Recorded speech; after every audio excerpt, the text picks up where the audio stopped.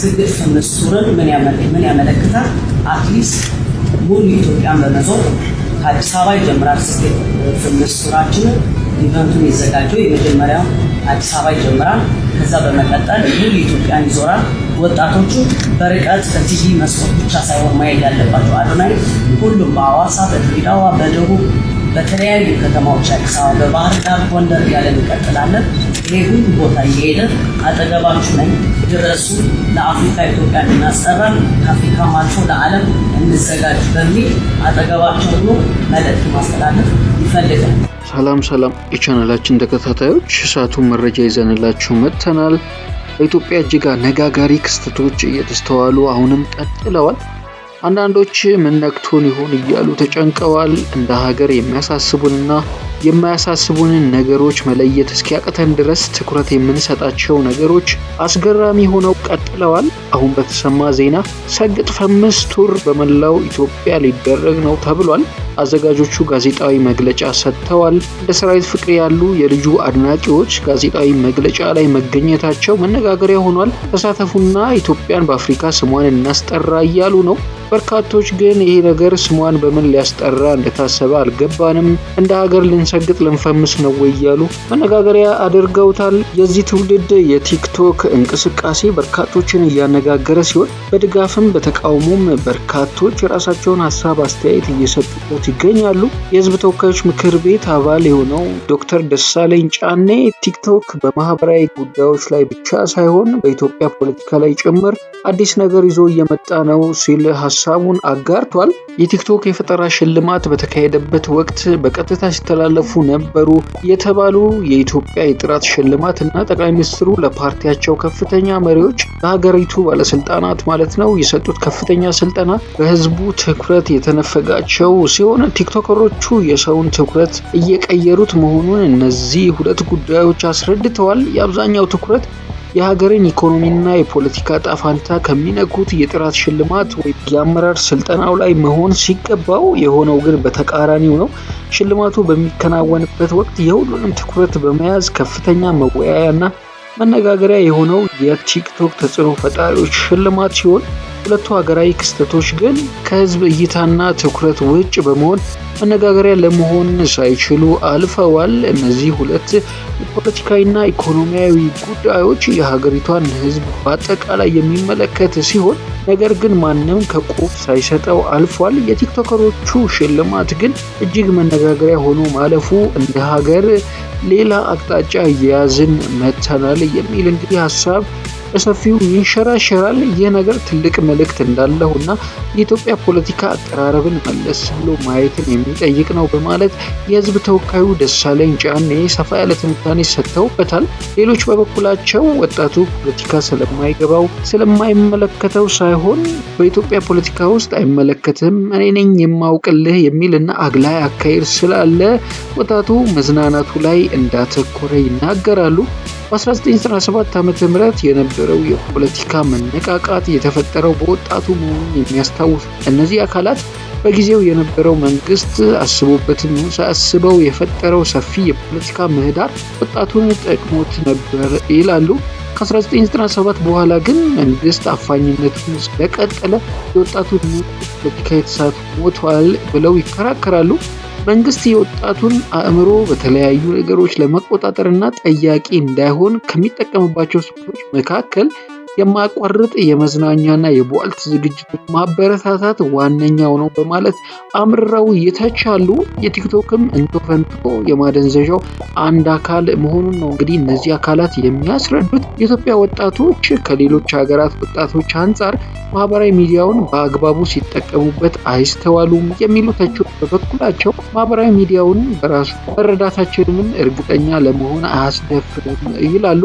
ባለፉት 35 ዓመታት በሀገራችን ኢትዮጵያ መብቱንና ግዴታውን መወጣት ፈቃደኛ ያልሆነ ትውልድ እንዲፈጠር ተሰርቷል። አሁን የምናየው የዚያን ስራ ፍሬ ነው በማለት ትውልዱ ጊዜውን ባረባ ነገር የሚያጠፋ ቧልተኛ ትውልድ መፈጠሩን እንግዲህ በርካቶች ይነጋገሩበታል።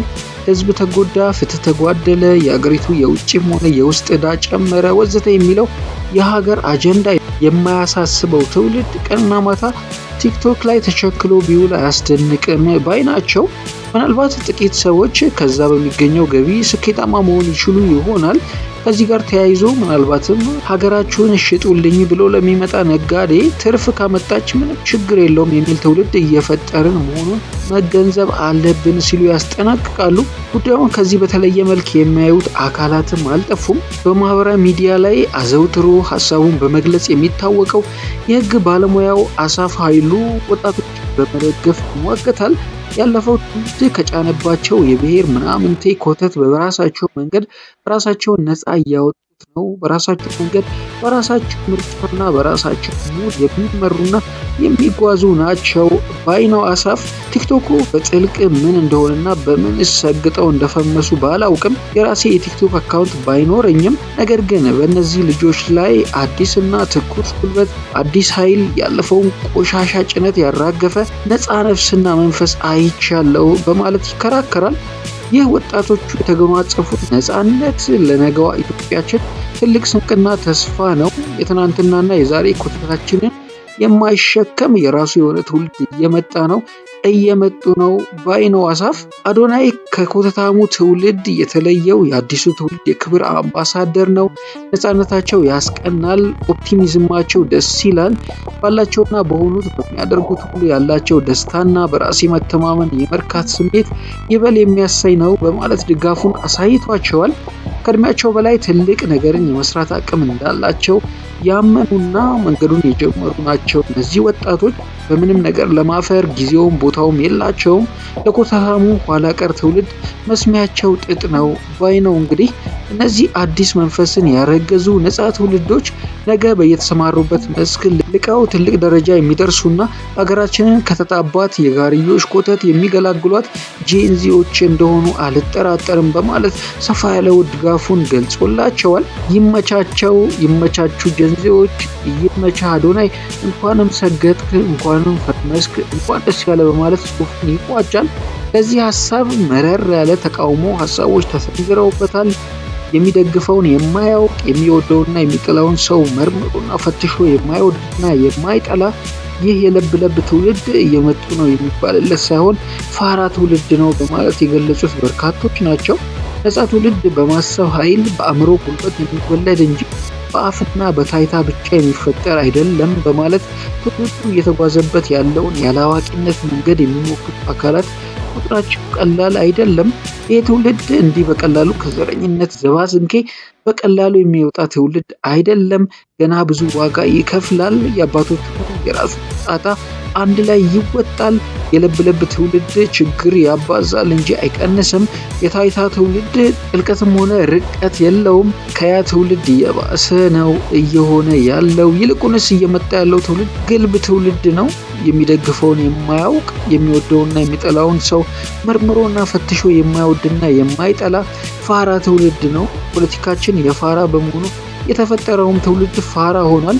እንደው በስማ በለው ነው ፍቅሩ የሚገለጸው። ድጋፉም ተቃውሞም በመንጋነት ነው። እየመጡ ነው የሚባልለት አይደለም። ነፃ ትውልድ በማሰብ ኃይል በአእምሮ ጉልበት የሚወለድ እንጂ በአፍና በታይታ ብቻ የሚፈጠር አይደለም። የትውልድ አላዋቂ መሆኑ አሳፍንም ጭምር በመተቸት እንግዲህ በርካቶች አስተያየት ሰጥተዋል። ያም ተባለ ይህ የሰግጥ ፈምስ ነገር በተለያዩ አካባቢዎች በመዘዋወር እየሰገጠና እየፈመሰ ትምህርት ሊሰጥ መዘጋጀቱን አዘጋጆቹ በሰጡት ጋዜጣዊ መግለጫ አሳውቀዋል። በርካቶች ይህን ጉዳይ እየኮነኑት ይገኛሉ። እንደነ ሰራዊት ፍቅሬ አይነት አንጋፋ ሰዎችም በዚህ ውስጥ ተካተው መታየቱ እጅግ አነጋጋሪ ሆኗል። ይህ ጉዳይ እንግዲህ አሁንም አጀንዳ ሆኖ እየቀጠለ ይገኛል ማለት ነው። ውድ ቻናላችን ተከታታዮች እናንተስ ሀሳብ አስተያየታችሁ ምን ይሆን? ሀሳባችሁን በኮመንት ግለጹልን። እንግዲህ ውድ ቻናላችን ተከታታዮች ቻናላችንን ላይክ፣ ሼር፣ ኮመንት ያደረጋችሁ አብራችሁን እንላለን። በሌላ ትኩስ መረጃ ዳግም እንገናኛለን። ሰላም።